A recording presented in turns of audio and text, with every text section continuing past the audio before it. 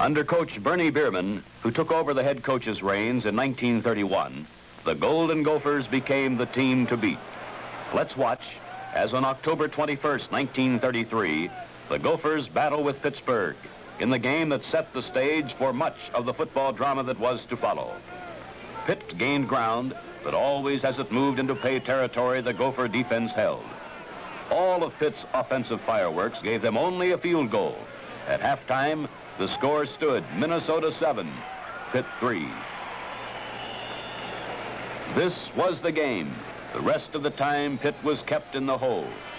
The same cast of characters 1 year later, but this time, the scene is Pitt Stadium. 64,000 fans and the press from coast to coast are gathered to watch what is later referred to as the greatest college game of all time. The Gophers' spirit under sound coaching paid off. Coach Bierman considers this the outstanding game of his coaching career. Years later, in reflecting on this game, Bernie had this to say.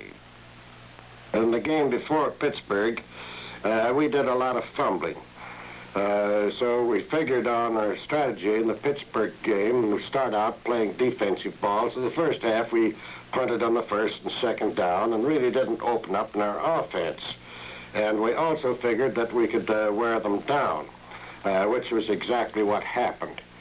Pittsburgh scored the first and only touchdown right at the closing minutes of the first half. We did not score until the opening minute of the fourth quarter, and then scored the winning touchdown a few minutes later. I think that it probably is the most important game that Minnesota has ever won, for it really put us in line for the first official national championship, and was really the starter, gave the team the steam that kept Minnesota Gophers rolling for several years after that time. And carry on they did. The Golden Gophers continued their winning ways right on through the 30s. During this period, Minnesota's tradition of rugged line play continued. It was a hot day at Lincoln, Nebraska in 1935.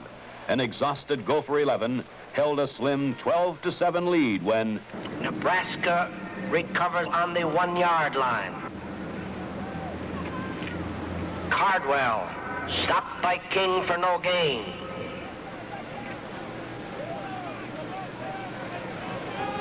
Lanou loses 1 yard.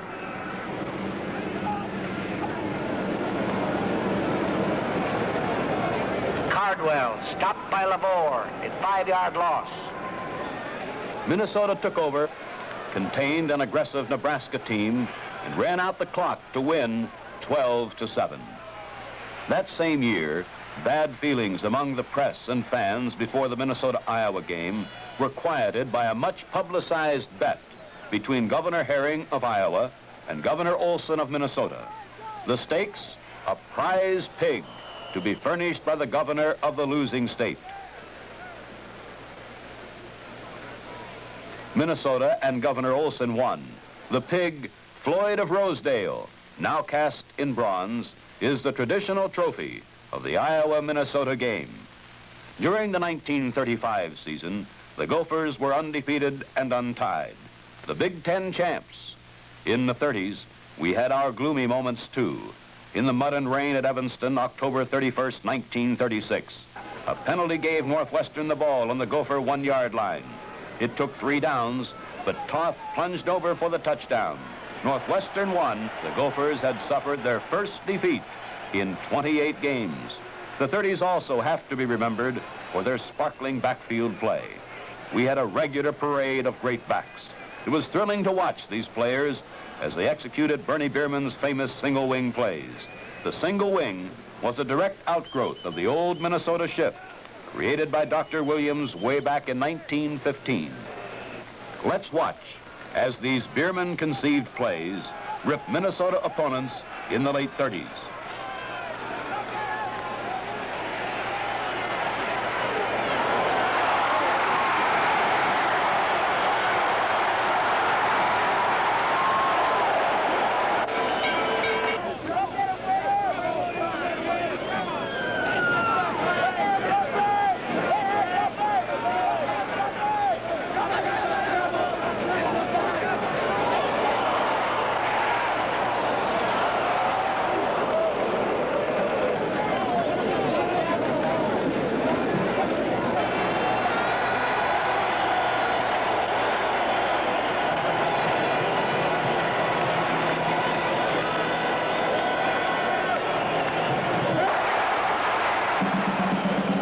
This is the great Bruce Smith, Minnesota's only Heisman Trophy winner, the top football player of the nation in 1941.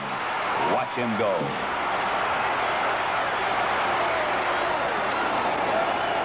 As it had changed everything else, the outbreak of war completely changed college football.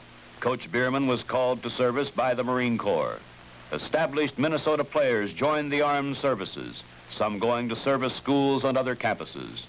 Dr. Hauser, line coach under Bierman, took over as head coach. The confusion in college football brought on by the war is illustrated in the second Minnesota game under Coach Hauser. We played the Iowa Pre-Flight Seahawks, coached by Lieutenant Colonel Bierman. Let's watch the scoring.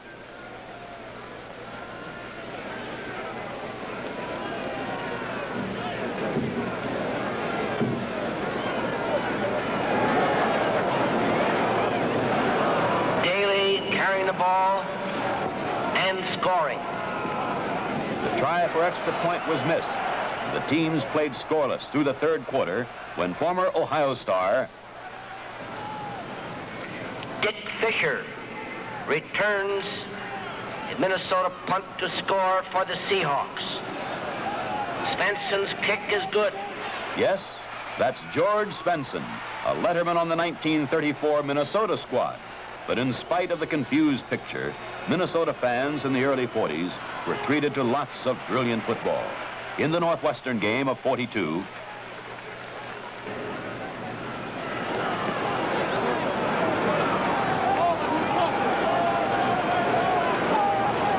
Rickey returns a punt 78 yards to score. the Illinois game of 42, Daly scores a touchdown after an 80-yard run. a brilliant block by Sandberg makes this long touchdown run possible. During the Michigan game of 1944,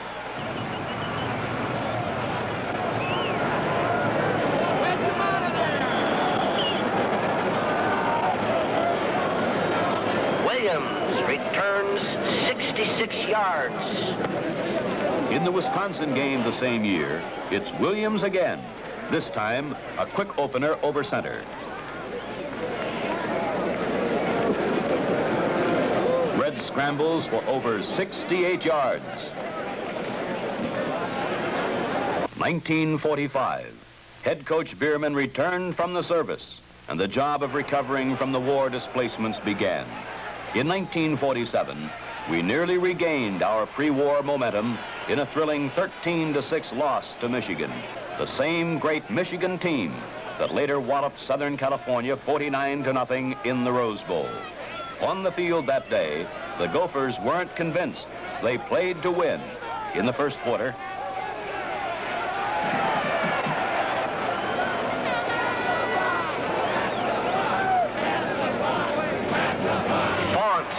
Scoring the touchdown.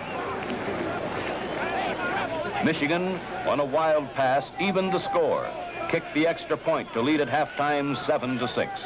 In the second half, Michigan went on to win 13-6. But that day, Minnesota proved again that it's the spirit that makes the game. The teams of 47, 48, and 49 gave Minnesota a good share of wins in the always tough Big Ten. Thrills aplenty punctuated the closing seasons of the long tenure of Bernie Bierman as head coach. Let's watch.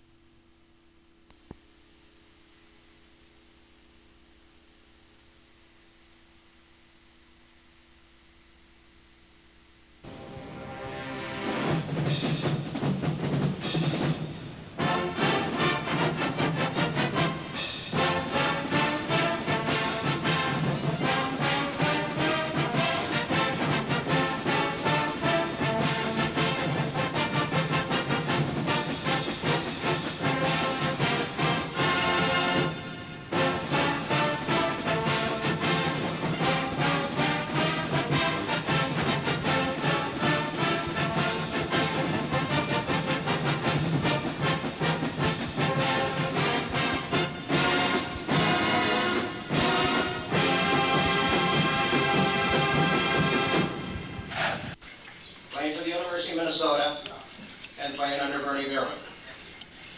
It was, if we can remember, it was Memorial Stadium. It was outside, and it was Minnesota's, at that time, let's be honest, only show in town. With everybody, whether you were a university alumnus, or whether you were a garage mechanic, or whether you were a cook in a store, everybody cared what happened to the Gophers. And we were all very lucky to be part of it. Could we have played today? Who cares?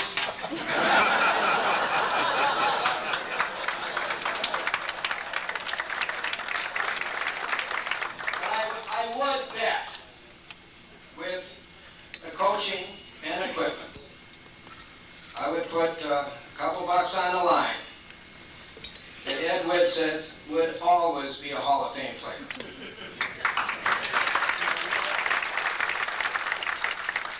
And Sonny Frank would be a running back legend, no doubt about it. And Clayton Conemaker would always be an All-American linebacker. Our program tonight is pretty simple. We try to have some representative people give their touch to these times in any way they choose. I'd like to start first by introducing the chairman, and the committee. This is one of the biggest committees in the world, and I'm not going to read those names, but I'm certainly going to mention and have come up Mr. Bob Bjorklund, Captain 1940. Mr. Bob is the grease that makes this thing happen.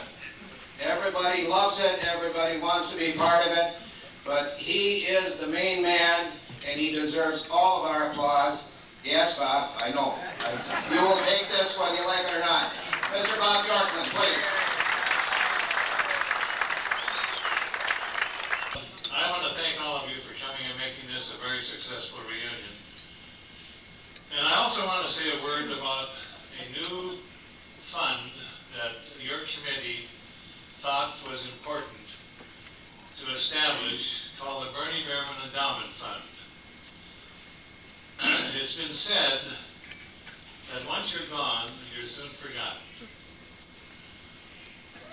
I had occasion to call one of our officers at the men's athletic director department to invite him to one of our committee meetings, because they were coordinating their activities with ours. And he wasn't in, so I got a secretary. And I said, would you please leave this message that we're having a Bernie Bierman Boys Reunion Committee meeting, 4 o'clock on Thursday. And she said, wait a minute, could you please spell it? And that kind of puzzled me. And I said, by the way, do you happen to know who Bernie Bierman was? Now, this girl works in the building called the Bierman Building. And she said, no, I don't. Well, one of the things that your committee felt, along with the cooperation of the Department of Athletics at the men's department, was to establish this Bernie Bierman Endowment Fund to set up a scholarship for Minnesota football players. A little different than the Williams Fund. It's only for Minnesota football players. And it's an endowment fund. We hope that our initial goal is to raise $150,000. Once we raise that, that will be sufficient to pay a scholarship for one Minnesota football player. And we hope that the fund will continue to grow. I will point out, however,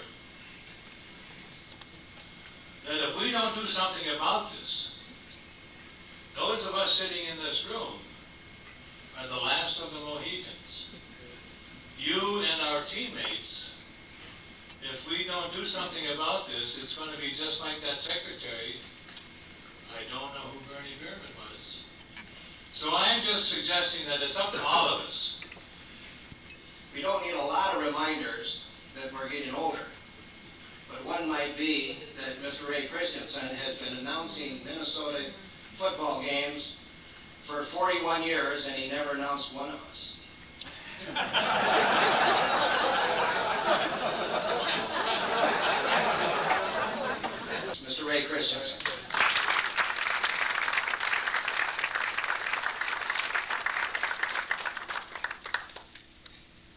In 1935, I was 11 years old.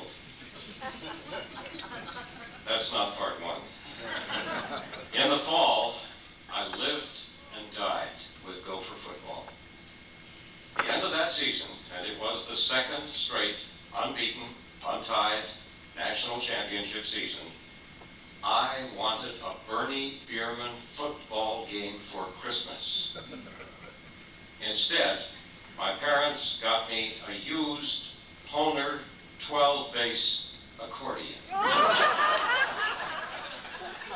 It was one of the most crushing disappointments I can remember, and the most ever at Christmas.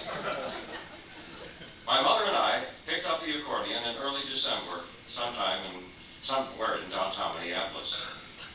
This being a used accordion, it did not have its own case, so the seller wrapped it in brown paper, all except the straps, because the best way for me to carry it was to wear it, which I did.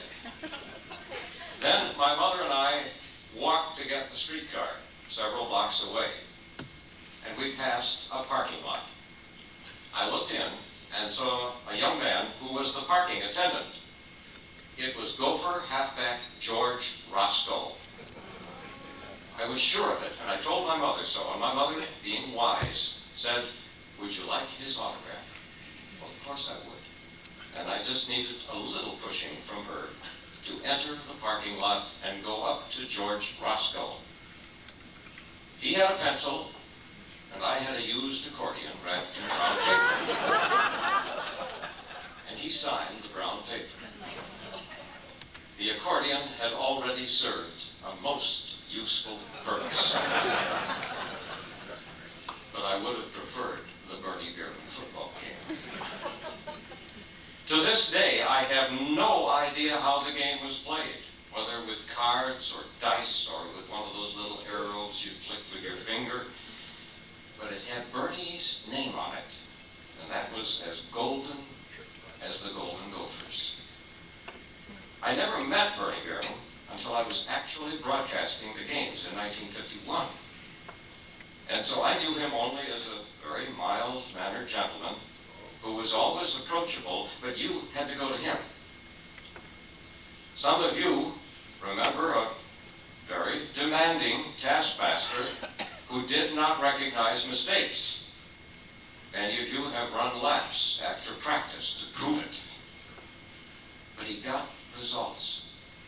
And the 1930s, of course, were the supreme example of that.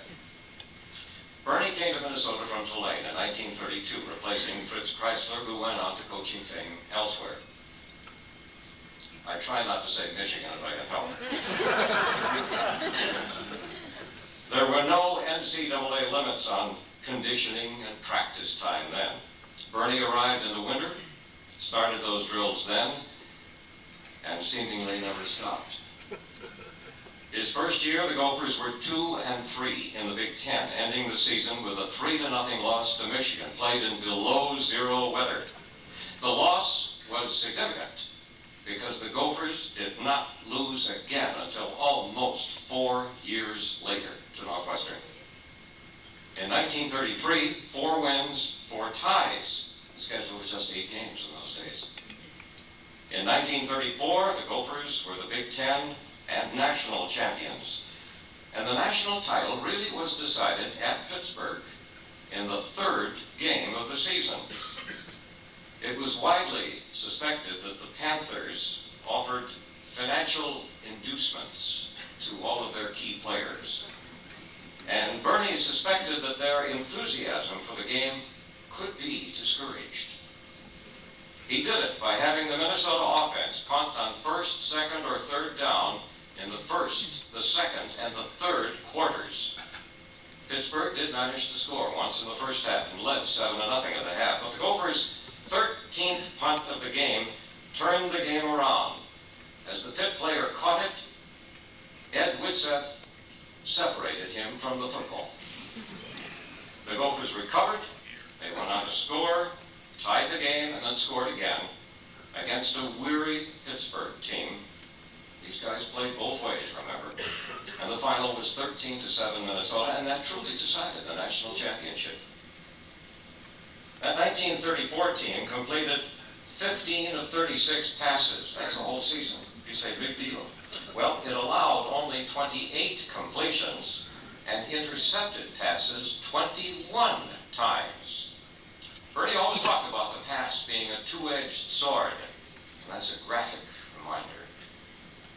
That Pittsburgh game is a fine example of Bierman, the psychologist. Here's another. In 1938, Minnesota lost to Notre Dame 19-0. That following week, practices were a matter of minutes, not hours. And Bernie's theme was, you guys don't really want to play, so why practice? Before that next game against Wisconsin, there was no chalk talk at all. So the team members held their own meeting, and they got mad, especially at Bernie. And then they got on the field, and Bernie wasn't there, but the favorite, Wisconsin, was. So they took it out on the Badgers. 21-0. Bernie wasn't surprised. A note comparing English bulldogs and Gopher uniforms. I had an English bulldog as a boy, Lady. She came complete with the protruding hook teeth and the many folds of skin hanging from her jaws. And I suppose some might call her ugly. But she became beautiful as our association became extended. So it was with the all old gold uniforms Bernie brought in for the Gophers. They were ugly, yes, but they were distinctive, and their fashion statement was, look out, here we come, we're going to beat you. And the more consecutive games those Gophers won, the more strikingly good-looking those uniforms became. Because Bernie was such a stickler for getting fundamental things right, we forget what an innovator he was. Bernie made an art out of blocking a specific hole rather than a specific man. You mentioned the buck lateral. He didn't originate the buck lateral. He did refine it and made it his weapon of surprise. From 1933 to 1941, Bernie Bierman teams won 58, lost 9, tied 5. They had 5 unbeaten seasons, 6 Big Ten titles, 5 national championships. He was the master disciplinarian, yes. He was also the master strategist, psychologist, teacher. The war years took Bierman from Minnesota to the Iowa Seahawks, and he was successful there too. When he returned, times were different. He coached 6 more years, and he had 7-2 seasons in 48 and 49. But in 1950, which incidentally was the first year for the Big Ten, Michigan State was added, so it wasn't the Big 9 anymore. He went 1-7-1, and an incredible coaching career came to an end. Bernie's last year as a coach was 1950. My first year as a broadcaster was 1951. I missed out on a wonderful era. I'm only glad that I got to know the man, at least a little. When someone in sports becomes the legend that Bernie was, there are mythical stories attached to him. And one of these, and I'm sure most of you have heard it, was about Bernie recruiting out in the farm country of Minnesota. He would spot a young man out plowing. That meant following a horse and holding the plow with your 2 hands. Bierman would interrupt the plowing and ask directions to the nearest town. If the young man let go of the handles and pointed, Bernie would say thank you and leave. If the young man lifted the plow and pointed, Bernie would stay and recruit. I still wish I had gotten a Bernie Bierman football game. But what I have gotten is the friendship of many men who played for Bernie. And that is truly golden. Thank you for that friendship and for permitting me to share this evening with all of you.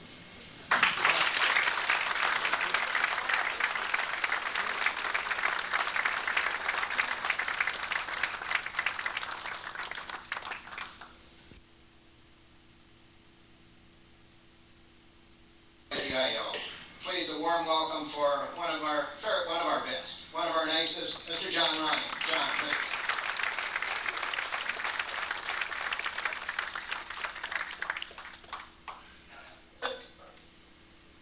Billy and fellow airmen and fellows that struggled, bled, and had a terrible time on Northrop Field. I can still feel the turf that I used to jog and jog frequently. In fact, at times I didn't even come back to the huddle. I took off around the course. I used to be a pretty good 440 man in high school, but with Bernie Bierman, I became a half-miler or a miler at times, believe me. Right now, I'm kind of crippled and worn out, 80-plus years, but it's been a most wonderful experience for me. Being a member of the 32, 33, and 34 team, and then the early part of Bernie Bierman's career at Minnesota, and then coming back after the war in 46 and stayed with him until he resigned. During those many years that I was both as an assistant, as a player, and so forth, I learned many valuable lessons from old Bernie. Unforgettable Bernie Bierman. Let me tell you, as a player, I didn't have a lot of love for Bernie. He let me run too much. As a result, I didn't have much leg. And if it wasn't for my feet, they wouldn't know I had any legs left. But anyway, it got to the point where I met Bernie on the street. Instead of going towards Bernie, I took a detour on the other side of the street. I was afraid of him. I was scared. At times when we played, I can remember once playing Michigan, I went down to cover a punt. And I thought I was going pretty fast, and lo and behold, here comes a Michigander coming across and it's going to block me out on the track. I stopped and let the Michigander go by, went down, tackled him as he caught the ball. Boom, out comes Ronnie. Why didn't you go down and tackle him just as he caught the ball? I said, if I did, I would have been out on the track. Go and sit down and keep your mouth shut. And as a result, I learned a few lessons right there. Just keep your mouth shut. You know, being a football coach has a lot of problems. Bernie told me a long time ago when I was coaching in high school, and I contacted him freely for advice. He says, one of the things you got to remember is to have good discipline. And discipline I always admired after going through all the joggings that I did. And during my coaching career, and Cal Stoll and Evie Foss did a tremendous job for me. And they enforced discipline that Bernie used to enforce to us. And we had wonderful teams along the line. And at one point, I had a center. We had a center at Utah State who was similar to Mr. Tom Baker. He could move. He was a good linebacker. He was a good blocker. But at times, he had a tendency to be a little lazy. And so one night, we ran touchdown plays, which many of you gentlemen have run. In fact, we had 10 passes through and down the field. We had 10 ball handling plays from the 10-yard line, and then we had the punching plays from the 5-yard line. And every time somebody didn't go full boom across the goal line, they added another time that everyone on the team would execute. They had to run another play as a team. And some of the kids didn't like that because were laggards. And finally, I got so mad at this fellow. His name was Lavelle Edwards, the present coach at Brigham Young University. And as I told after our meeting, I told him to wait until the squad was gone in. I told him, Mr. Edwards, you are a leader. You were voted the captain representing Utah State. I said, tonight you look like a dog. We found every weak spot we possibly could. Didn't go across the goal line like you were supposed to at full boom. And if you can't be a leader, you can check in your uniform and get the hell out of here. Lo and behold, I said, now, as we left if you don't follow these instructions, tomorrow morning you hand in your uniform. So this is what we did. I said, now you get on that track and you start jogging until I tell you to stop. And lo and behold, every Foz, Cal Stoll, and I went in, had a meeting, took a shower, and I'd forgotten about it.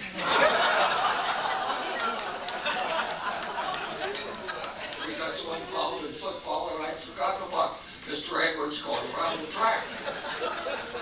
As a result, when he came in and I heard the spear patter on the track, I said, my gosh, here he comes.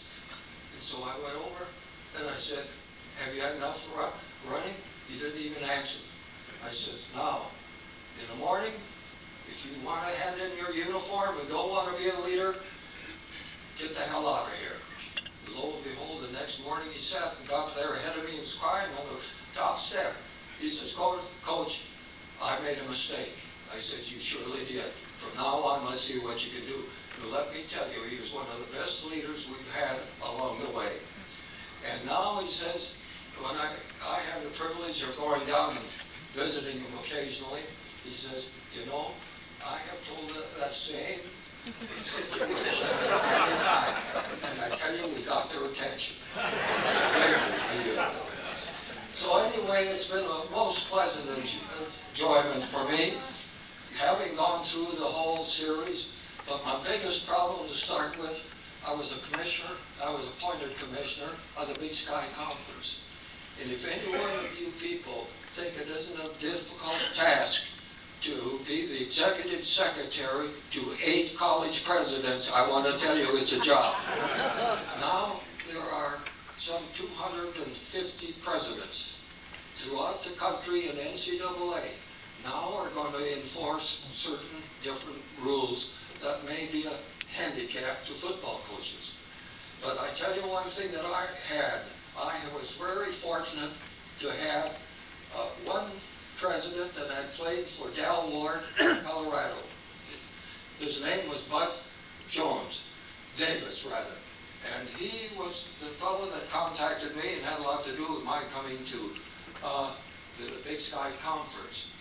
And anytime I wanted to get something that was very beneficial to our conference and to our athletic directors, I got a hold of Bud Davis and gave him the agenda and told him to get on the ball and do the things that we'd like to have done.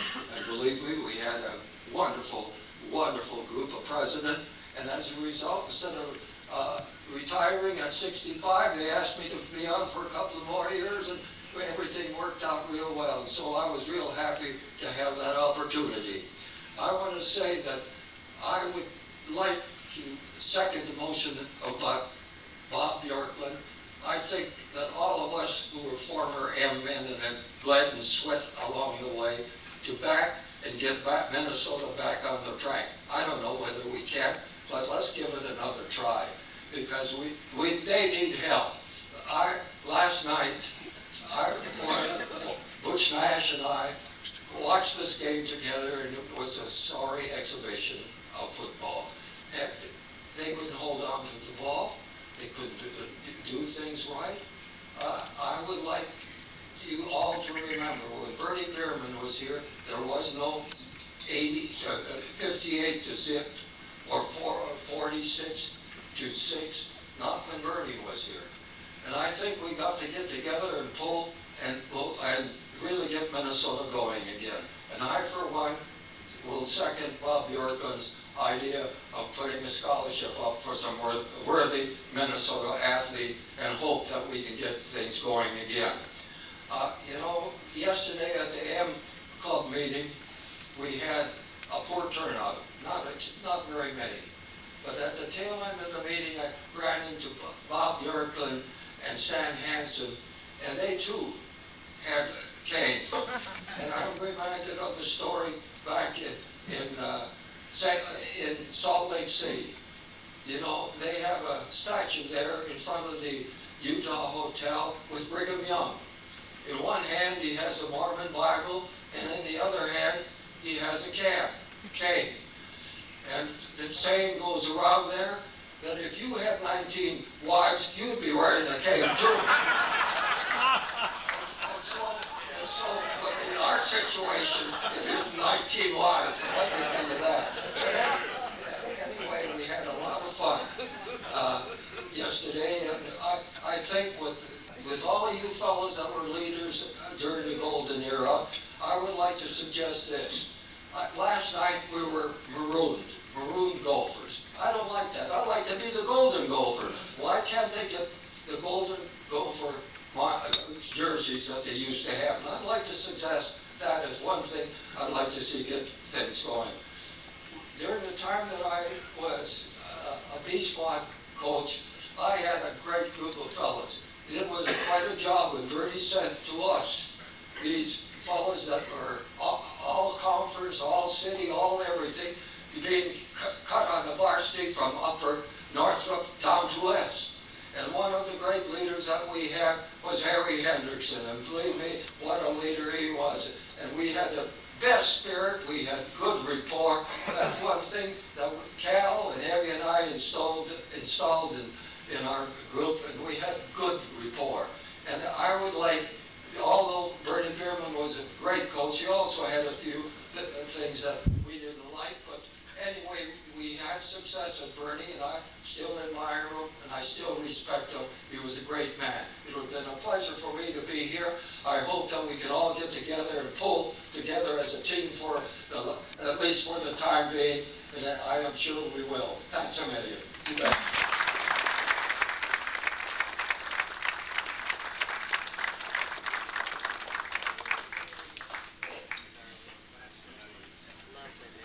Wonderful, John. But be more clear.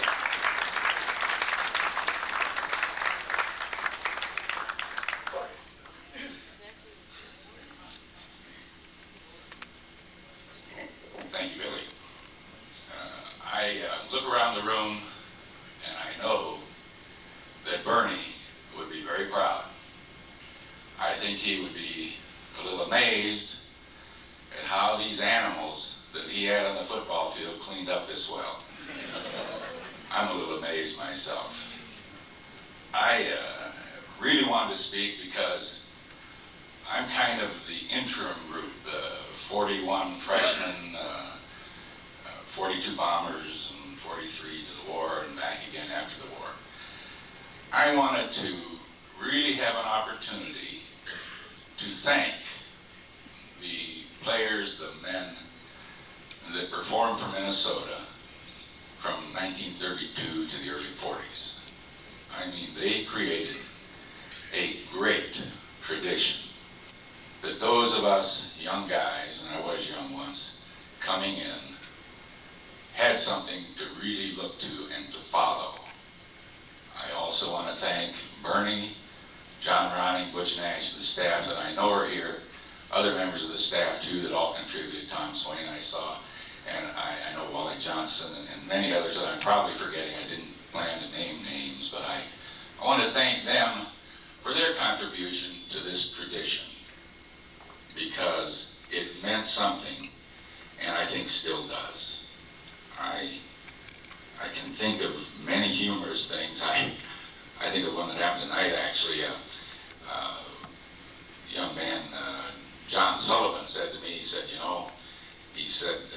we had 2 tickets the other night, and he said, for the game, and he said, I put them on my windshield.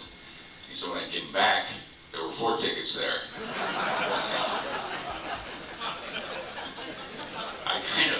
I kind of wish that Bud Grant was here tonight, because I had one story that I know hasn't been told about Bud.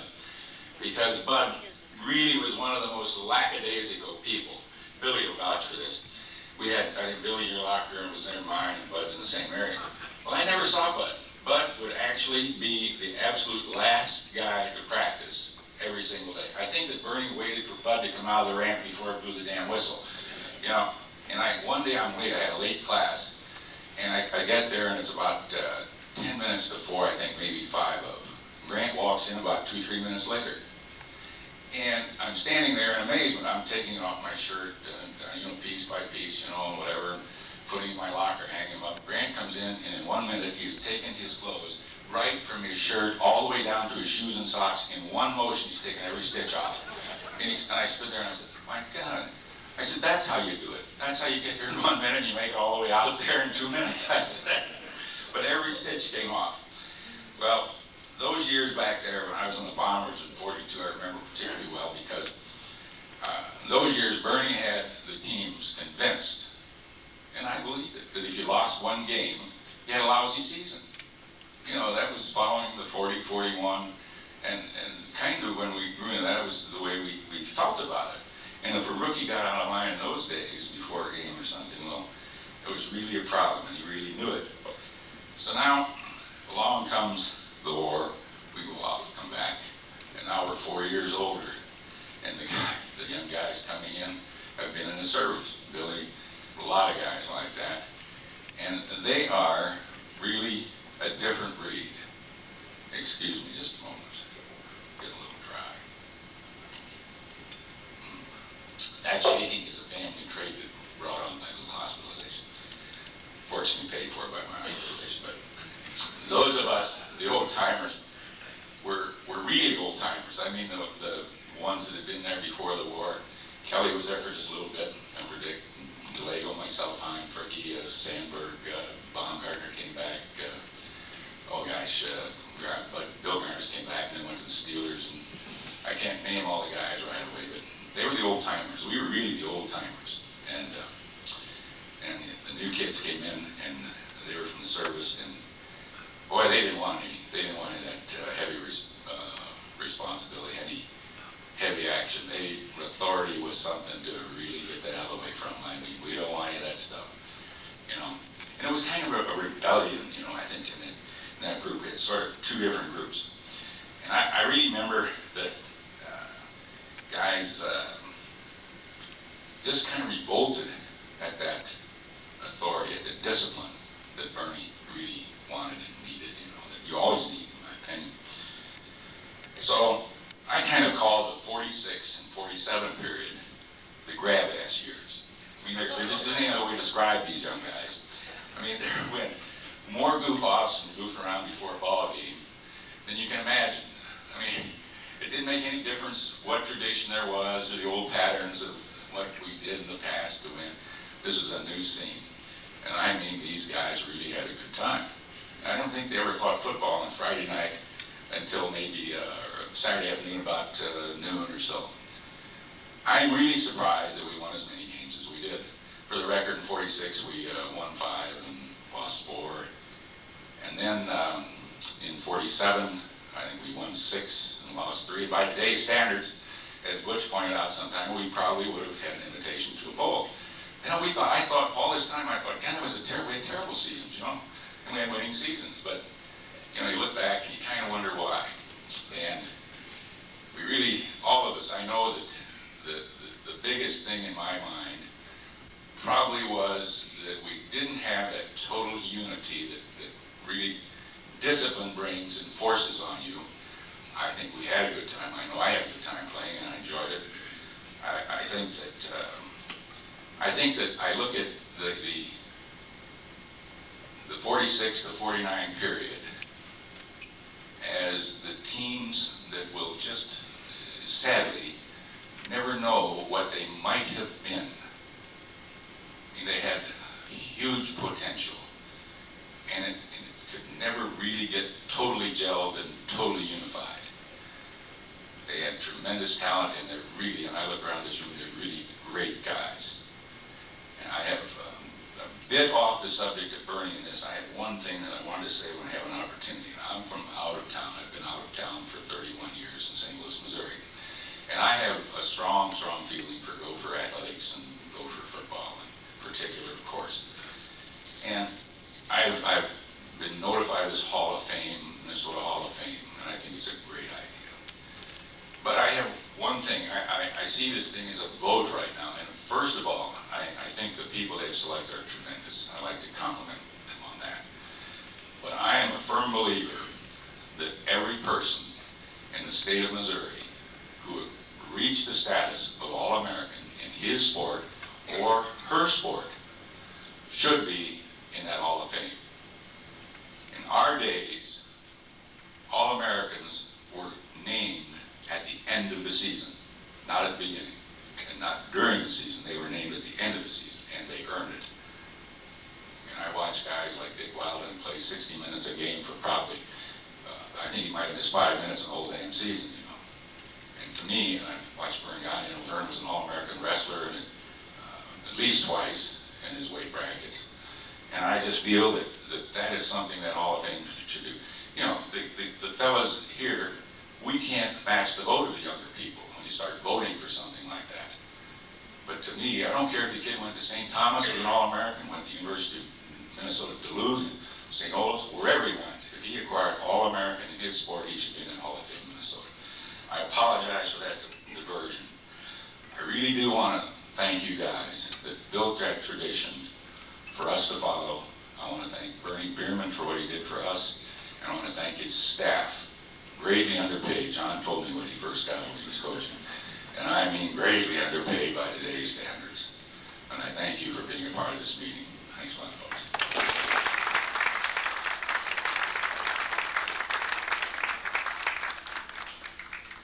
Out of Robbinsdale High School at 17 years old, ultimately to become I get lost, I think Verne Gagne was the world champ wrestling, pro wrestling, I think, was it 24 times you were the world champ, I think, weren't you? 26. Depends upon who's counting. Set the world record for coming out of retirement 11 times. But the national and Olympic wrestling champ and a marvelous football player at the university after the war, but a great player at El Toro, playing with the likes of Sonny Frank and others, I heard. Verne, how about those war years? How about coming here at 17? What was it like during almost the years when Bernie wasn't here? Did the tradition carry over? And come on in, you'll do your thing, say it however you want to. That's right,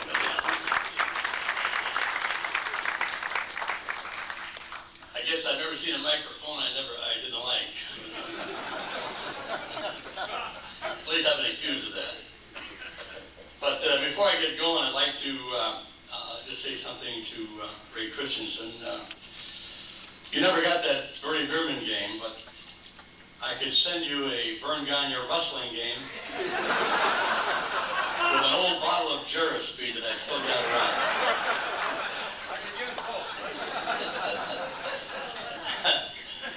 That's right, Ray. Anyway, it's really been kind of fun here, kind of thinking about all this, and when Billy called and said, hey, you got to say something, and because of the war years and Bernie going into service, and football still carrying on, and some of his cohorts, the line coach, Dr. George Hauser, became the head coach in 1943. The first time I knew about ever going to the University of Minnesota, even thinking about going to college, is when my old football coach at Robbinsdale, Red Sox hockey, said, gee whiz, the University of Minnesota football program over there would like to have you come over and play football. And I had no idea of going on to college. My idea of the life after high school was if I could just have a sod truck of my own, where I could cut sod and lay lawn, that would be, that's all I needed. Well, after finally coming over to the university and started playing, things changed a little bit, and my ideas changed. And I guess we can go back and say that let's use the football tradition that Bernie Bierman started. All growing up during those early 30s, we on the radio, at least I never saw a football game over at the university, but we used to listen to them on the radio and listen to Pug Lund scoring and Bobby Paffrath, who's here from Oregon, playing, and George Sonny Frank scoring touchdowns, and just it was really fun. We were winning in those days altogether. Gee whiz, it was just marvelous. Now I'm getting to play over there, so it's really going to be fun. But most of those guys are gone. But we did have some stalwarts over there during the war. Now a lot of them were 17 years old, like I was. But I got an old picture of some of these people or of our team in 1943. And if some of these names aren't true football names, it should send a little shock of fear through some of the less-hearted, courageous type people out there. I don't know what will. Now listen to this one. Wayne Red Williams. Now here's another one. Hoyt Moncrief. Hoyt was in there, I think, on a V12 or V5 program, one of those. He was from Louisiana, and I'll get to his name a little bit later. Okay, then we had all the Cordes, the Petersons, and the Johnsons. We had a lot of those, too numerous to mention. Charles or Chuck Avery. Chuck was here, but I think he now lives in Atlanta. And listen to this. He's become a true Southerner. He went to the game. Paul Mitchell. Paul's here tonight. I haven't seen him since 1943. Paul, where are you? There he is. He played right alongside of me, thank God. And now we got Mike Rapko. That's a name that will scare you too. Bob Lossie. Bob, did you make it tonight? Bob was from St. Paul, later played for the Golden Bears in California. Reuben Juster. I haven't heard that name since 43. Richard Dick Heave. We all know Dick, and one of our great pals who's playing that big gridiron in the sky right now. Tommy Chase. And the Raider brothers. You ever hear of those guys? Luke, Phil, are they here? Luke, Phil, and Paul, right. Here's another one. Rebel Durdarian. Dwayne Bagleen. How about that one? And the Sutton brothers, Matt and Paul. Okay, Remus Bratoy. Whatever happened to Remus? Arnie Johnson, I mentioned Johnson. Arnie here tonight? Arnie's still going strong out there in Bloomington. Out that big BAA program out there. Norman Hanley. I played for his uncle in the Marine Corps later on. Okay, now here's a couple other ones. This one. Hicks Waldron. Are you teasing?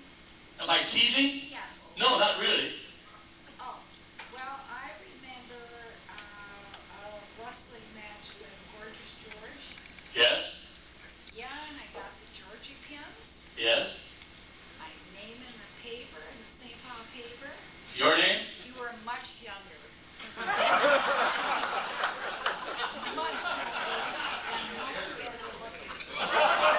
And what? And much better looking. Oh, much better looking. Well, I'm 86 now. What do you expect? I was also newly married 20. I've been married 20? No, I was newly married. I was 20 years old. Oh, when you were 20. Yeah. So, You look a little different.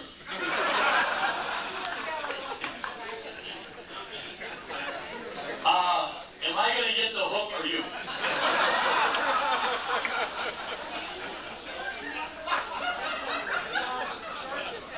Yes, I wrestled Gorgeous George many times. Right. He got all my hair.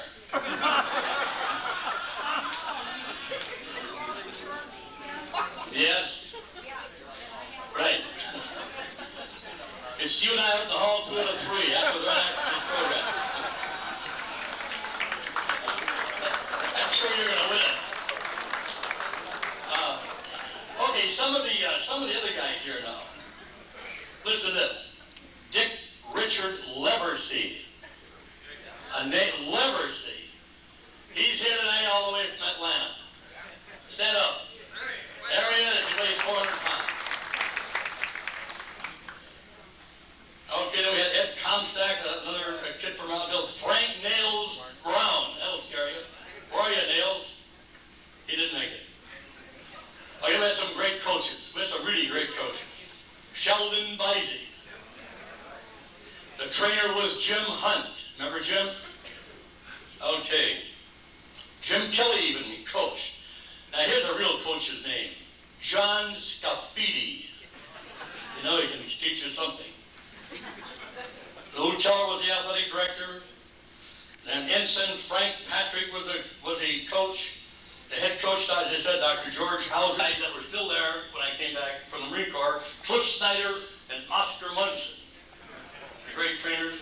And the coach that I learned the most from, believe it or not, in all the years I played football, Milt Bruin was there. Later became the head coach at the University of Wisconsin and did such a great job. But okay, now one more, Bill Garnis was on that team. Where are you, Bill? I know you're out there. Right. I got a little story about Bill here in just for a minute. But that's about, what's another? Claude Glatzmeyer. Whatever happened to Claude?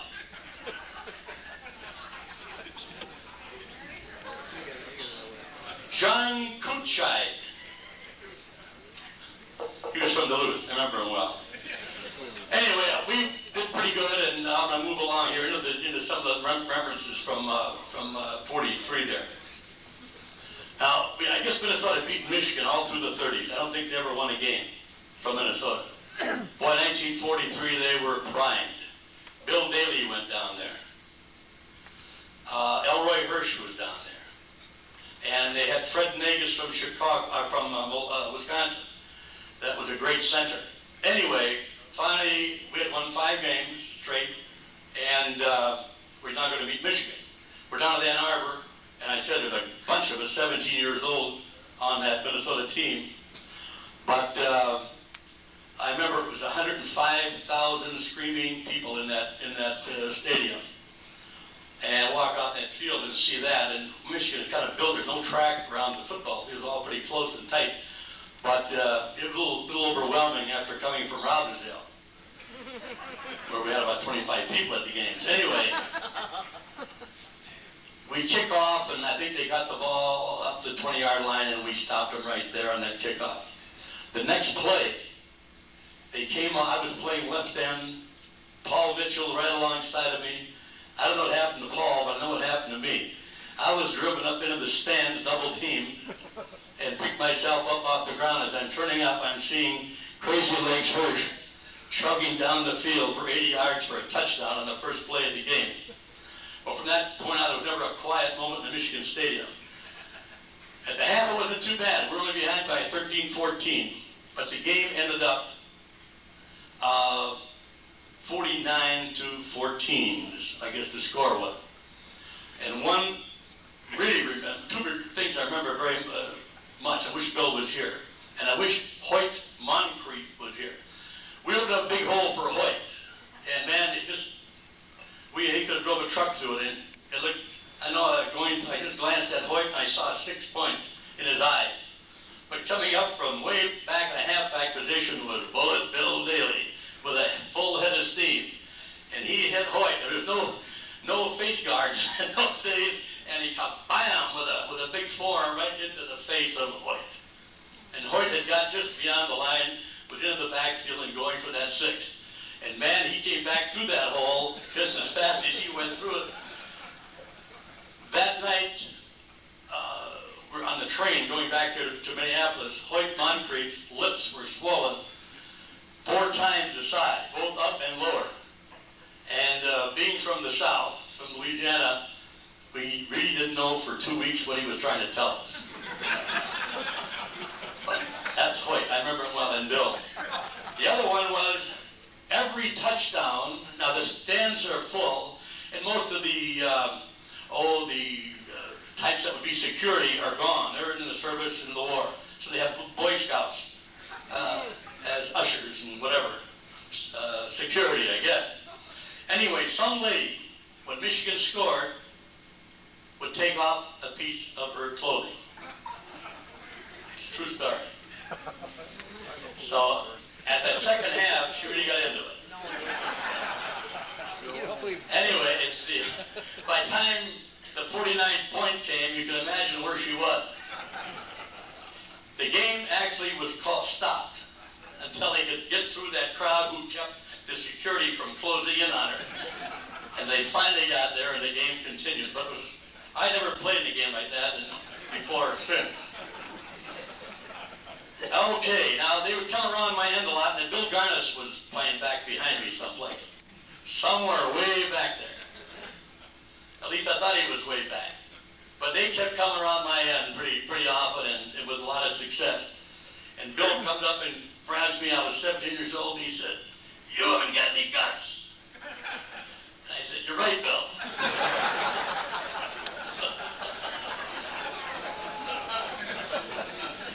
Anyway, they moved down Northwestern the next week. Who they have down there? Herman Fricky and Herbine and 1,000 other people from other universities around the country who were really good football players, and we got hammered down there again.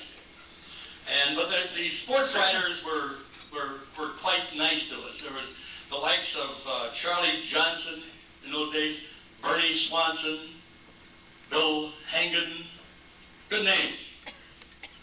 Dick Cullum. I don't think I had a tough time with that name. Because when I started professional wrestling, I guess I owe him something. I won a lot of titles. But the one I cherish most of all is when Dick Cullum named me the champion of the 5-county mosquito control area.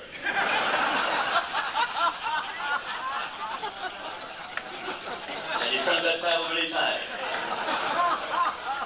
With success, I might add. Dick kept writing. Okay, I went in the Marine Corps after that season, played with the likes of, now he's on my side, Elroy Crazy Legs Hirsch. He's on our team at El Toro. Now we count all of the men that comes back after he's been overseas was George, our own George, Sonny Frank.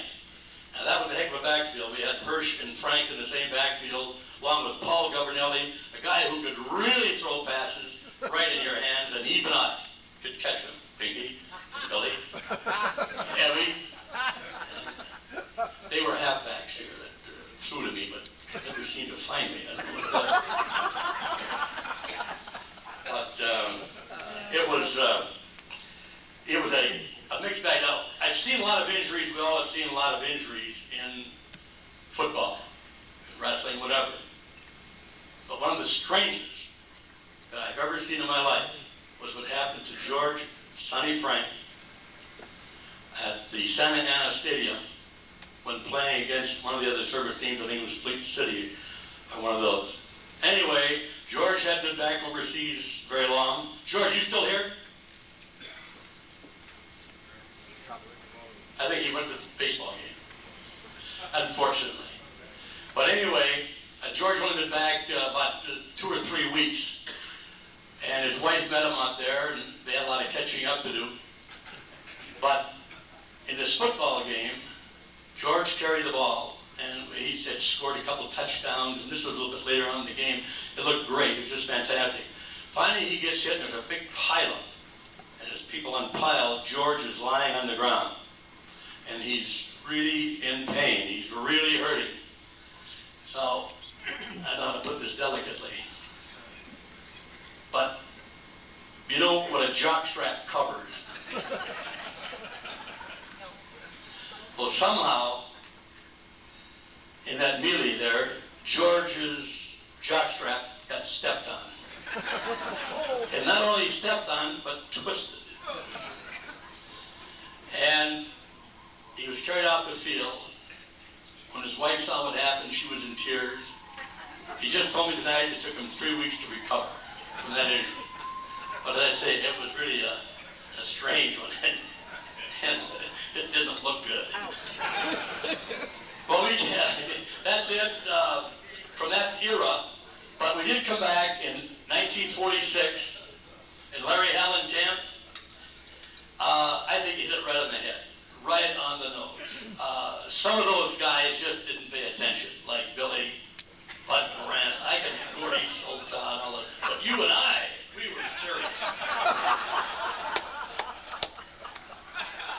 Larry would always start out to say, and he'd see us kind of just goofing around a little bit, maybe, I don't know, maybe not being as serious as he would like to have had us. And his favorite words to start with was, "I don't know about you guys, but I'm serious." And Billy was back there tossing the ball around, "So am I, Larry." And anyway, we had quite a group of guys, and it was a tough mixture, Larry. You had it right in the nose. Older fellas coming back from the service, fellas that had played a little bit of college ball and went into the service. Now they're back. That's a different kind of group.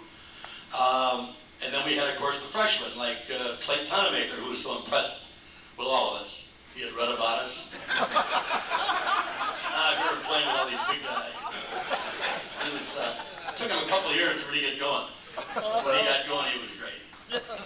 And I wish Leo Namalini was here tonight, because there was one of the truly great athletes and football players that Minnesota's ever had. A great guy. He was a very, very tough wrestler and just a super guy. He's in San Francisco, looks great and feels great. And I guess we could go on and on about all these different fellows that we had. Bud Grant was just hanging up in North Dakota with him. I just got back Wednesday. We were up there for a week. And when you go with Bud, I mean, he's a great negotiator. This little town of Kenmere, North Dakota is 60 miles north of Minot. So they've been watching Bud Grant coach football with the Vikings for many, many years. They've seen me on television wrestling for a couple of years. And anyway, they had us up there, and Bud did the negotiating. And if you ever want a free trip anywhere, that is entirely paid for. Even to the cleaning of your game, and your shelves, and your breakfast, and the gas for your truck. And everything is taken. You let Bud do your negotiating. He's just great. You know, I didn't mention Bernie Bierman. I got to do it before I sit down here. I just had to mention Bernie one time. Because even though, and Tom Swain back there, Tom kept me eligible. It was a tough job. It was tough getting me back in school. I started in '43 and knew I was going in the Marine Corps sometime. So didn't exactly attend class like I should have. I guess that's the way to put it. But anyway, Tom saved my life on that, and I'll be eternally grateful. And Bernie prodded him, of course, pretty heavily. But I think it's just in my career, wrestling career around the country, when publicity is pretty hard to get in various spots, wrestling wasn't exactly the highest priority in those days. And these days too, I guess, as far as the media goes. However, when they found that I played football and Bernie Bierman was my coach, it just opened that door for me. Just opened that door. Whether it was a television station or television interview, AP, UP, it was always put in there that I had played for Bernie Bierman. So I'll be eternally grateful to Bernie for the reputation he built here in Minnesota for all of us. And I guess I'll just be eternally grateful to him. A wonderful man. We'll never forget him. I think it's a heck of an idea, and let's do it again sometime. And I promise you one thing. There's no more coming out of retirements for old Verne Gagne. Thank you.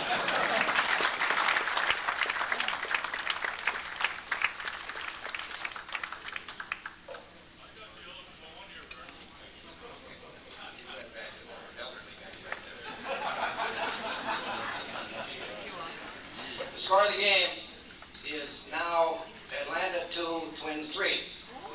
In the Probably the start of the sixth inning. sixth inning. So just 2-3, 3-2, Twins ahead in the sixth. Moving a little bit ahead with a view from a little different side. But first, let me take a personal umbrage with Mr. Gagne. Just trace this through with me. My thinking gets a little lost as I look back. But Verne said that he played in El Toro. He's an end, and the quarterback is Paul Governelli, one of the smartest, best quarterbacks many of you remember from Columbia. And Verne says that their pass receivers were George Sonny Frank, bona fide All-American, Bob Dove, All-American pass receiver, and Elroy Hirsch, maybe the greatest pass receiver. And Verne comes back to Minnesota and claims that Governelli threw the ball to him. which we certainly can believe. But now he kind of moves the story on a little bit and gets Evie and I in there. And Evie was better thrower than I was, and I don't know who I was better than, but we weren't all that dumb. But we had, as ends, we had Gordy Soltau, and we had Bud Grant, and we had Verne Gagne. And Verne always wondered why we didn't throw to him. So you have to explain it to him. Basically, he just goes on and on with that same story. A little view from a different side. Let me ask a couple questions. We are just having a great deal of fun here, and we've got two more people we very, very much want to have talk at us. And we thought it made a little sense as we sit around and talk to each other and reminisce and talk about the good old days, which is great fun. But really, was the Bierman era different? You know, and frankly, was it important? You know, was it a bit of a Camelot that happened, and or did it really happen? The memories that get distorted and changed, were they really real? How did it appear to somebody that came after? Was it just ourselves that got that tradition, or did it mean something to Minnesota later on? And we thought, let's ask somebody who came after, that didn't have the same opportunity that we did, but also had much of the same values and had much of the same tradition. Came out of Hastings, Minnesota, fine high school athlete, great player at Minnesota with his brother Bob. Pinky McNamara, now a conglomerate unto himself, and a great benefactor of the university. We thought, Pinky, you were in high school when all this was going on. What was it like? What were we like? What did it appear to you? Pinky McNamara, please.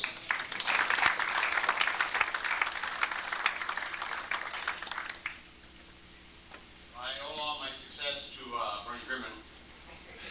And I'll take about 5 minutes to work you back to that. It's going to be a little tricky getting there to give Bernie total credit. But I am from Hastings, and I have a brother named Bob, and he was a pretty fair athlete, as you know.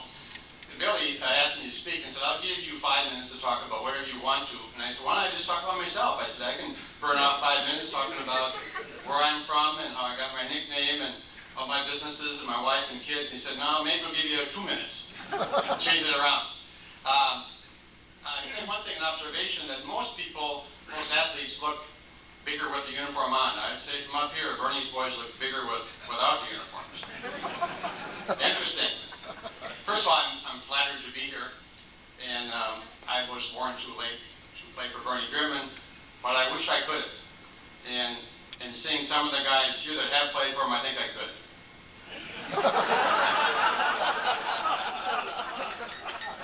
I think what you should know is when you're in a small town like Hastings and you're listening to the radio and you're 10 years old, that's about when you start listening to whomever is on the Gopher team, and on Saturday afternoons.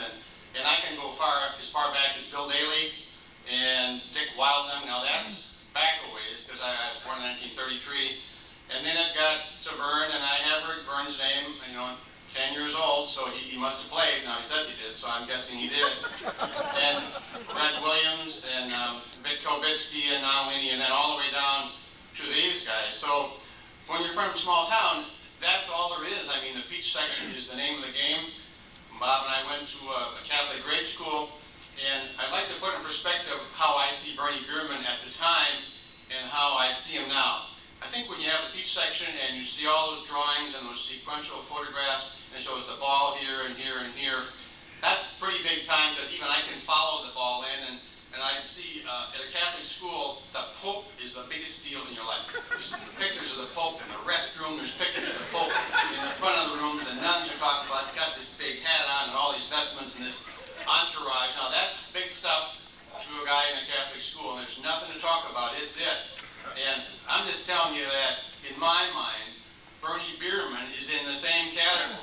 He'd stand over there on the sideline with his hat on, his big sheepskin coat, and this entourage of guys you and I both know. So that's kind of my perception of where Bernie fits in your life at the time. And I think that sort of tells it where we were going as young guys. And I was a member of the Lucky Sperm Club. I was born in the same family as Bob McNamara. And I think that's a big deal. I would have rather been a twin, but this worked out okay. So we were good friends, and we played on the courthouse lawn, and he was always better, and so he always picked a better name. He was always Bruce Smith, or he was always Bronco University, and I couldn't think of any of those names, so I had to be somebody else.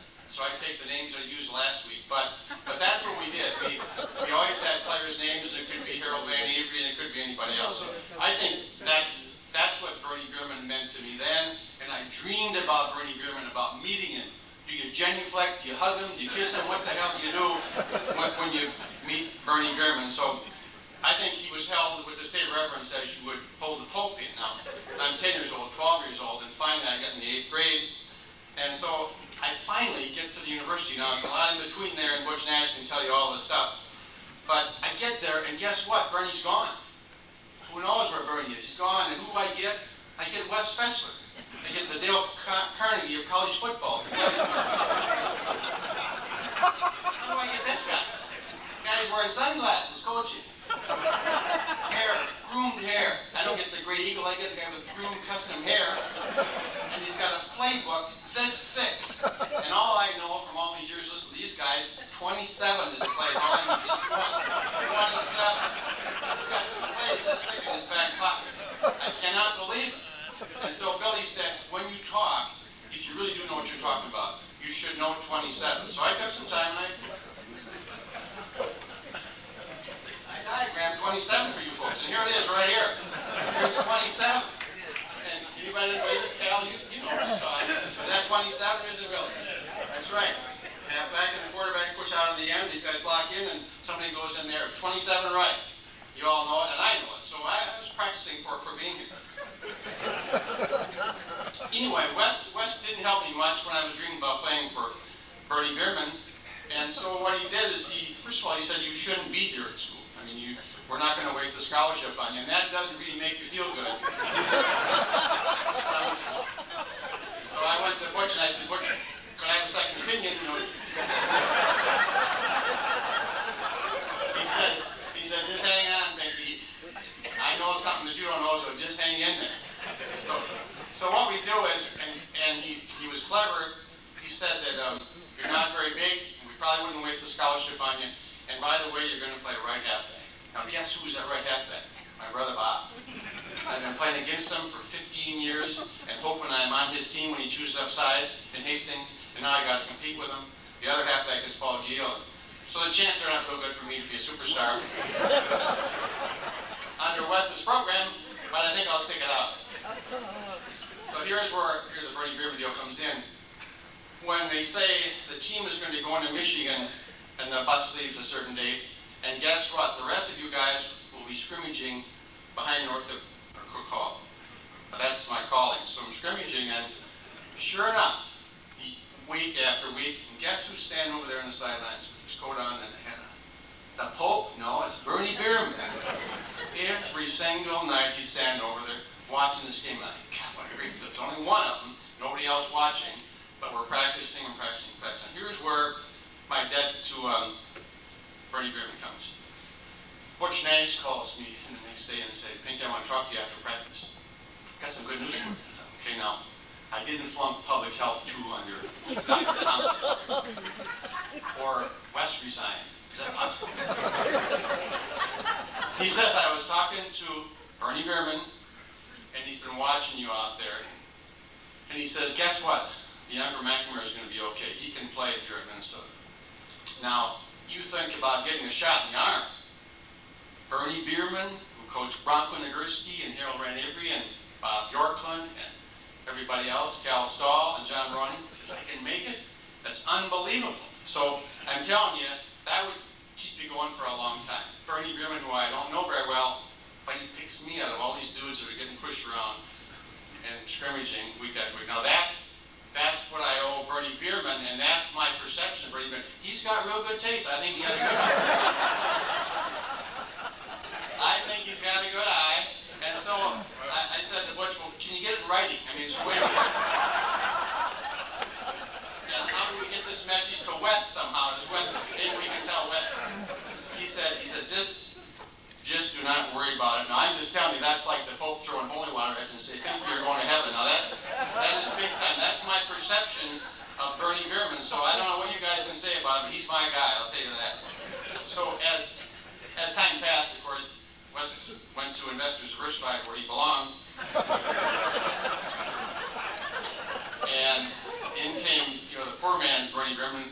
Murray Warmoth came in, and he was a tough guy with a hat and stuff, with an accent. He wasn't Bernie Bierman, so I said, well, we'll give this guy a shot. So it really worked out okay, and I think that was great great to play for Murray, but he is not Bernie Bierman. Now, here's what I think about Bernie Bierman. I want you to take this in the right light. I think Bernie Bierman went to heaven. He's up there, and he's watching or whatever the heck they do up there. And he bumped into the guy up there, and the guy said, Bernie, you coach in Minnesota, and you definitely deserve to be here. I'm glad you got here. Now, I'm going to ask you some questions, and I know the answers because I'm God, but pretend you answer. And he said, by the way, he said, the mascot was the Golden Gopher. He said, yeah, but we had another mascot. We had a funny-looking little thing, greasy hair and even kind of greasy skin, kind of a short little thing, would run around, jump on the players and bug them. And he had black hair and kind of a weird little guy, greasy skin, and what was it called? It's called a Hartman. Sid Hartman. He said, that's real good. He said, by the way, Mr. Bierman, he said you really were a successful coach. Did you go to the Rose Bowl? I said, no way. I did not make it to the Rose Bowl. He said, well, come on, you can explain you're a good coach. Why don't you tell us, give me a half a dozen reasons why you didn't. He said, well, I'll name them. Molosky, Hendrickson, By, Grant, Mearsdorf, Nomlini. I can keep going if you want, but that's your 6. He said, well, maybe there's something wrong with your style. I mean, how'd you treat him? He said, I worked him hard and treat him rotten. He said, well, that'll make you a lot of friends in the coaching business. He said, how about the minorities? He said, you know, I treat them rotten too. By the way, which ones were they? Which were the minorities? You gotta think a little bit before you get it. So he said, I'm gonna throw out some names here, and you just respond as you like. He said, how about this guy, Verne Gagne? Bernie said, well, he had a big chest, but real small legs, and there's very few super athletes that are French. Very few French. He said,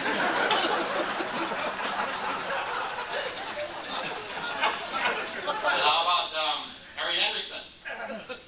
Harry Hendrickson, you bet. He said, you know, I gave him permission to get married right in the middle of the season, and he never seemed to have the energy after that. The rest of the team just couldn't get it going after that. How about Dick Lawrence? He said, yep. He's a good passer, and I put him in 3rd and long all the time. He said, how did that work? He said, well, then we had 4th and long.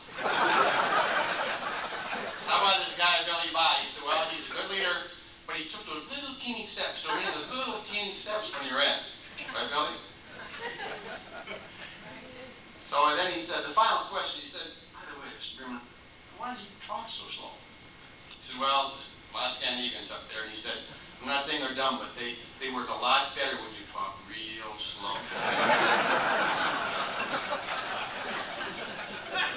He said, do you have a philosophy of coaching? He said, yeah, I do. He said, you talk slow and run 27. You talk slow and run 27. The guy said, Bernie, you're terrific. He said, you know, to be honest with you, I couldn't coach that 49 team myself. He said, now you tell me. Now you tell me. Let me just close by saying this is that I think the Bernie Bierman era was the greatest because I don't know anything as great as that was.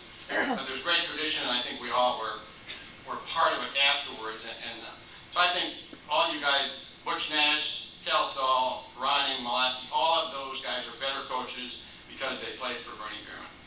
I think Bob Bjorklund's a better insurance guy because he played for Bernie Bierman. I think Whitey Langham's a better dentist because he played for Bernie Bierman. I think Dale Warner's even a better husband because he played for Bernie Bierman. There's no question in my mind that whatever success I've had has been attributed totally to Minnesota football. And here's the question I think to really tell us what Bernie Bierman's all about.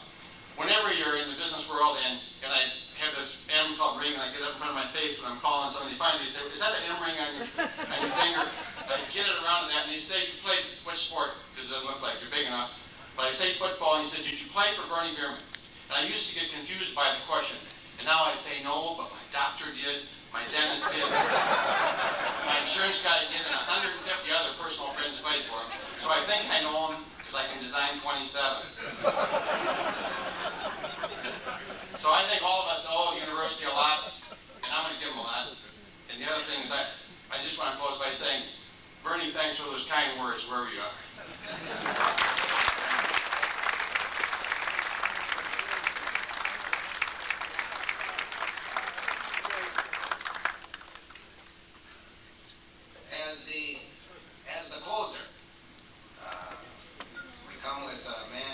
admired. As we look around and admire all of John's already talked about that.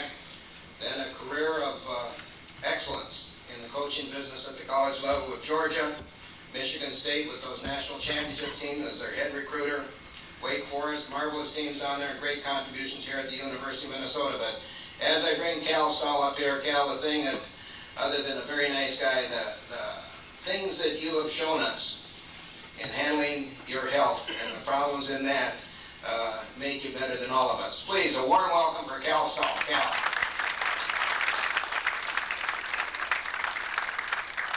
Are there any questions? I repeat what Bill said. For those of you who don't remember, or probably don't even give a damn, I used to be the head football coach at the University of Minnesota. I retired 13 years ago for health reasons. What happened? The alumni got sick of me. What happened? They fired my ass. You want to know the truth? How many recall 2 weeks ago when we retired old number 10, Paul Gill's number? Paul Gill did a hell of a lot better than that. He retired me. So I went up on him. I banged around a little bit after I got out of coaching. I went to Italy to coach in Italy in 1986. The fastest growing sport in Europe is American football. I coached the Bologna Warriors. We won the Italian national championship, and we won the Italian Super Bowl. I'm the only Minnesotan that's ever won a Super Bowl. First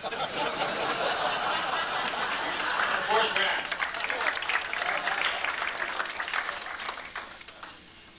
I want to. The problem with being last on the program is that everybody has said what you had spent the last 2 weeks trying to decide what the hell you were going to say. So I'm going to try to condense it in the essence of time. You've stayed here a long time, but I've enjoyed the people that preceded me at the podium and appreciate very much because my sentiments and thoughts are the same and there's some tough acts to follow. I want to introduce myself a little bit because I want you to know where I'm coming from tonight. See, I was born and raised in Tower City, North Dakota. How many of you have been to Tower City? May I see your hands, please? God damn, that's impressive. Well, for those of you who've never been to Tower City, you need not go home and try to make plans to spend next summer there. It's a town of 200 people. The population hasn't changed in the last 100 years. Every time somebody has a baby, somebody leaves town. Now, if these one-liners get too damn sophisticated for you, let me know, will you? My father ran off and left my mother with 6 children when I was 5 years old. My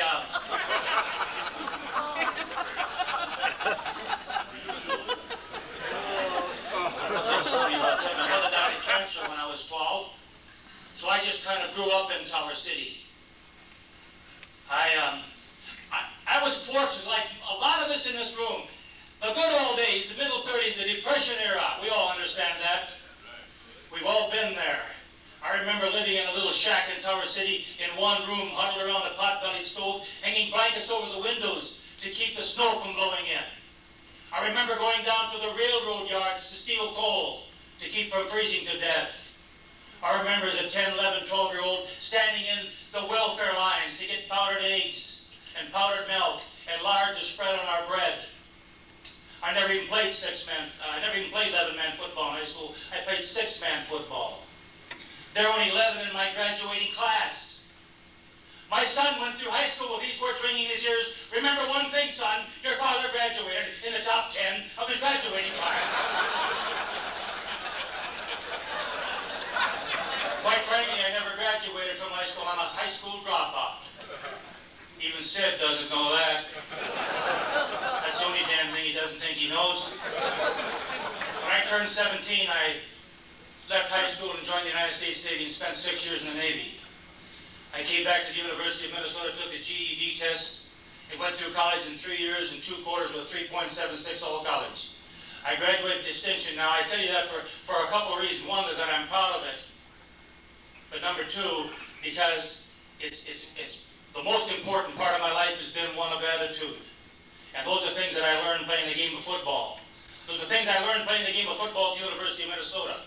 Those are things I learned playing under Bernie Bierman, was the things I learned playing for a gentleman like John Ronning. I want to share with you a few minutes, if I might, what it has meant to me to play at the University of Minnesota. Ian Gray, a great philosopher at the turn of the century, said, "Success is uncommon, therefore not to be enjoyed by common people." The common people aren't in this room. I used to tell that to my squad, and they'd say, "What'd you say, Coach?" And I said, "Who in the hell likes to run wind sprints? Who in the hell likes to run 27, 30 times in a row until you get it right? Wind sprints, laps around Northrop. If you like that, you ought to go on out for the damn cross-country team." When I was recovering, people asked me, "Do I jog?" And I said, "Nope. I've run 3 million miles in my life and hated every damn step of it." I'll never forget coming to Minnesota fulfilled my first dream. Pinky related to it a little bit.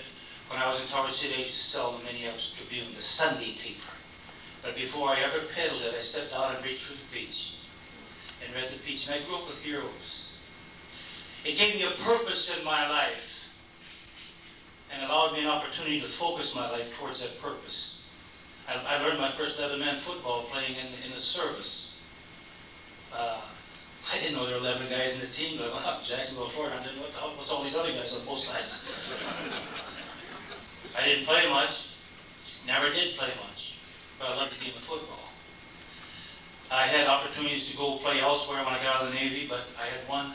I wrote Bernie a letter and I said, "Can I come out for football?" He wrote back, I think it was 2 lines, and said, "Yeah, if you want to." And that was kind of it. That's the way I was introduced. I went through the thrills of waiting the first summer to get the letter to see if I was invited back to early fall. May I see your hands, please? And then getting on the training table, that was the next big hurdle. Butch Nash has told me many times, and I know that he wouldn't mind me saying this, he used to bring his lunch in a paper bag and sit in the stadium between practice sessions because he loved the game of football, because he saw a dream. He had a dream, he saw a vision, and he wanted to expose himself to that opportunity. And then you can't believe it when I made the first travel squad. Oh, first, is that any different than what you have to do every day now in your life? Those are the values and the things you take away from the great game that we all took away from it. Those that I learned that it isn't a great difference in ability that determines your success or failure. It's the great difference in attitude. You think about that. We all know those with great abilities that never made it. We all know a lot of grunts like Cal Stoll and some other people in this room who, because of hard work and learning the great lessons that the game of football has to teach us, gave us the opportunity. You might be surprised to know that I've never lost a football game the entire time I coached. Oh, we were behind a few times, but I got them now. But if they let her go, you see, we only ran out of time. If they let her go, we'd have found a way to win it. Because that's an attitude we learned. A competitive attitude. I owe Bernie just about everything. I call myself the 3rd generation Bierman coach. I played under Bernie, and then John learned from Bernie, and John taught me. That makes me 3rd generation. And it's kind of interesting. My first job was given to me by John, and I went on from there and banged around a little bit. But I finally realized the second great dream in my life when I had the opportunity to come home. June and I left Mount High School in 1951, headed west, in a damn old beat-up Chevy, 10-month-old kid and 8-month pregnant wife. I wasn't gone all the time. Headed west, John had called me up and said, do you want to go west with me? And I said, when do we leave? I didn't even know where Utah State was. I'd never been there. I had no place to live. We didn't talk salary. We didn't talk perks. We didn't talk fringe benefits. I didn't know what the salary was. I said, when do we leave? Because once again, an opportunity. See, I learned that. You take advantage of it. And I knew that I could outwork about anybody. I realized that. When I came back, I'd been gone from here 23 years. A lot of things had changed. The game had changed tremendously, but some things hadn't changed. We were still operating out of Cook Hall, but just as important, we were still playing in Memorial Stadium. I still swell back the tears when I hear the rouser, because that was an important part of my life. During my coaching career, I've always tried to teach what I've been taught. That pride and emotion coupled with hard work, with concern, with love for the game, and love for each other before self, still make the greatest difference of all. 4 years ago, this body was laying on the table with its chest jacked open, and there was no heart in it. That's dramatic, isn't it? I'd never had a heart attack, I'd never had a stroke, but about 6 years ago, I started showing symptomatic heart failure, very easy to diagnose, in that you start retaining fluids and you can't breathe. And I'd gone over to Italy to coach, and I came back in August after having won the Italian Super Bowl. Did I tell you that we won the Italian Super Bowl? I went downhill very rapidly. By December, I couldn't lay down. I couldn't get parallel to the ground. I couldn't breathe because I was drowning in my own fluids. I'd been to 2 different cardiologists. I've since decided they were both trying to kill me. Well, you got to remember now that half of all doctors graduate in the lower half of the graduating class. And one of them's last. I was getting that dude as last all the time. I finally did what I should have done in the first place. I went to the University of Minnesota. I had a friend by the name of Dr. J. Cohn, head of the cardiology department. I'd known him socially, but never had seen him clinically. And he looked at me for a few minutes and said, I'll be back. I went to him and I said, J. Cohn, I said, Jay, I'm not afraid to die. I'm afraid to live. I don't want to live like this anymore. And he said, what about a heart transplant? And I started unbuttoning my shirt. I said, can we go in the morning? Because you see, you always consider the alternatives in life. Halitosis is better than no breath at all, right? It comes right down to it. I didn't know I could have a heart transplant because I was 63 years old. And they weren't doing anybody over 55. I'm the second most transplant that they did at the University of Minnesota. I feel a little bit like Lou Gehrig in 1939 when he stood at first base, dying of Lou Gehrig's disease, and said, today I'm the luckiest man on the face of the earth, and I feel that way. I was in the right place at the right time, under the right situation. And then they give you a beeper, you live with a beeper.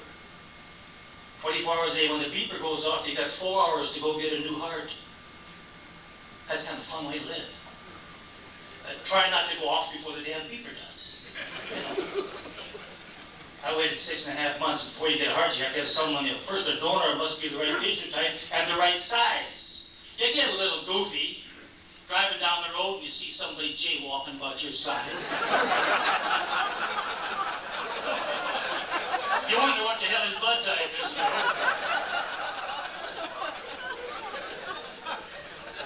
The last 6 weeks of that 6.5 months, I lay intensive care. I went from 225 to 250 pounds. On the morning of July 22nd, 1987, a team of doctors came to my room and said, Coach, if something dramatic doesn't happen in the next 24 hours, we can make you no promises. They gave me 24 hours to live. 6 o'clock that morning, 2 o'clock that morning, 6 hours from dying, they transplanted a heart. But you know, this is the point I'm trying to make. Never once did I think of dying. Refused to die. Unless my superior being made that decision for me,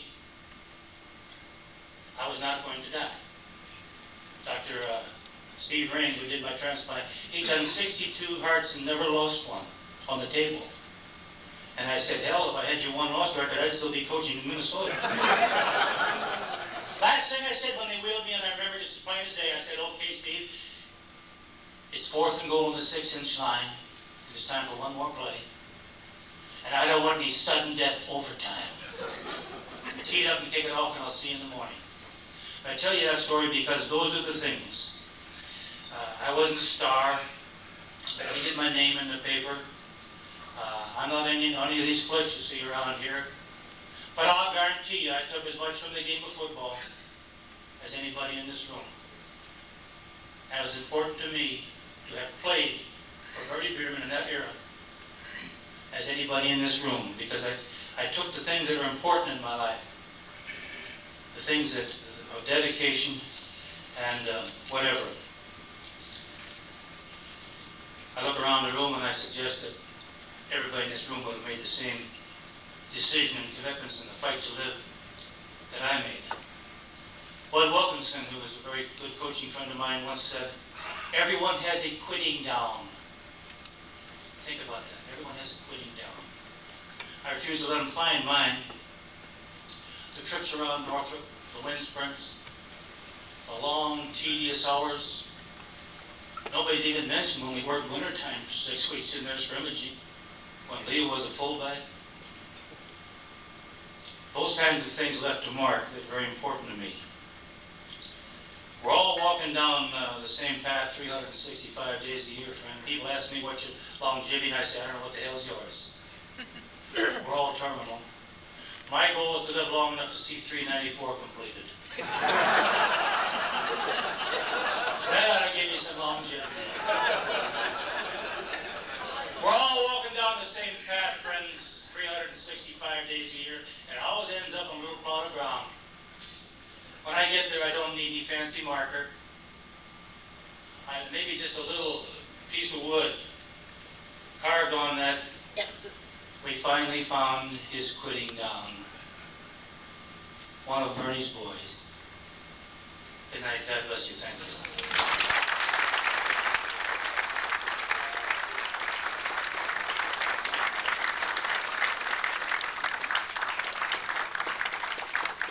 Kelsey, here, just one moment. Let's close this wonderful evening as we've closed a lot of football games by being on the field. We can't do that anymore, but we can pretend we're in the stands. And let's get all those people that were captains during those years come up here and lead us. Cal will lead us in singing Minnesota Hail to Thee.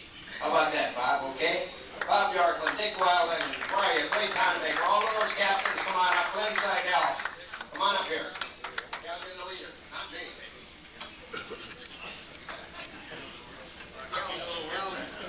Ed Winston.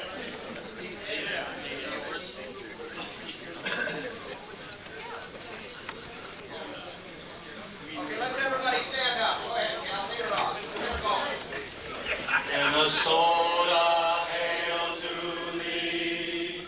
Hail to thee, our college dear. Thy lunch shall ever be a beacon bright and clear. Thy sons and daughters true shall proclaim thee near and far. They will guard thy name and adore thy name. Thou shalt be her golden star.